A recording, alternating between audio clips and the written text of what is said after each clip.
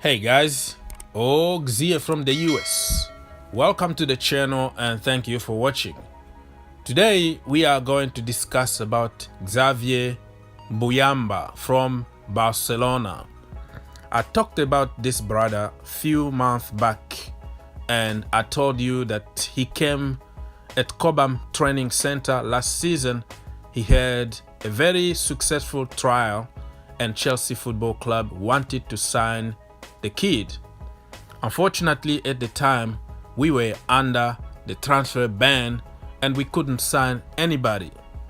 So he went back to Holland and Barcelona jumped to the occasion and spent, I think, less than 500 million to buy Xavier Mbuyamba from his ex-club back in Holland, because that club were in financial trouble and they wanted to sell the player, and Barcelona came up with the biggest bid and they signed the player.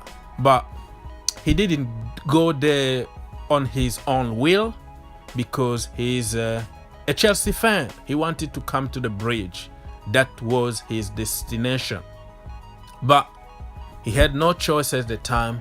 He went to Barcelona and he's been playing with under 19, and because Chelsea don't have the ban anymore, and Frank Lampard presented them with a very good development plan, his agent said, you know what, we are going back to the bridge. Okay, we don't want to be here anymore in Barcelona because there is no future here. Barcelona buying so many players and selling them like in 6 months. What's going on in that club? I don't know, but it's not my business. Remember Yerry Mina and many other defenders like Semedo and Tolibo. You know, like they buy them just for fun and sell them or send them on loan after 6 months or something like that. So there is no plan for him to become a Barcelona player in the first team in the near future. So they need to go and try to find somewhere where he can have a clear path to the first team, and he's going to get that at Chelsea Football Club. Frank Lampard has a 2 years development plan for this brother here, and he's going to make it in the first team.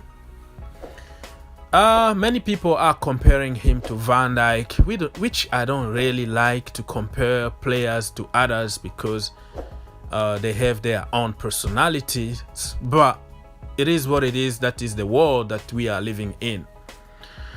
Mbuyamba is very tall. He's like 6'4" already, 18 years old, still growing, and he can even reach 6'5", I don't know, 6'6", who knows. He will be taller than Van Dijk. That is a very good sign. He will be commanding that defense like no other's business. So I would like really to have this brother at Chelsea Football Club, but you never know, maybe Barcelona might change their idea and keep him and say, you know what, you are under contract, you're gonna stay here. But according to many reports, he will be freed because they are waiting for the financial, the end of the financial year, which will be the end of this month, so they can just release a lot of players because they need money too. They don't have to keep many players on their wage bill because it's costing them a lot of money, and they try to finance other transfer target. So they're gonna release many players at the end of this month, and Mbuyamba is one of them, just because he wanted out, not because he's not good enough. So I watched few highlights here and there, but you can't really tell if a player is good or not based on YouTube clips. That is the worst thing that you can ever do. But I think we already done our homework by sending scout and him coming to the bridge, not the bridge, but the Cobham. We already did our homework and we know that the kid is good, and it's time for us to get our man. So I'm gonna trust the scouting department and Frank Lampard to make the right decision for the club. Who am I to contradict what the boss is saying?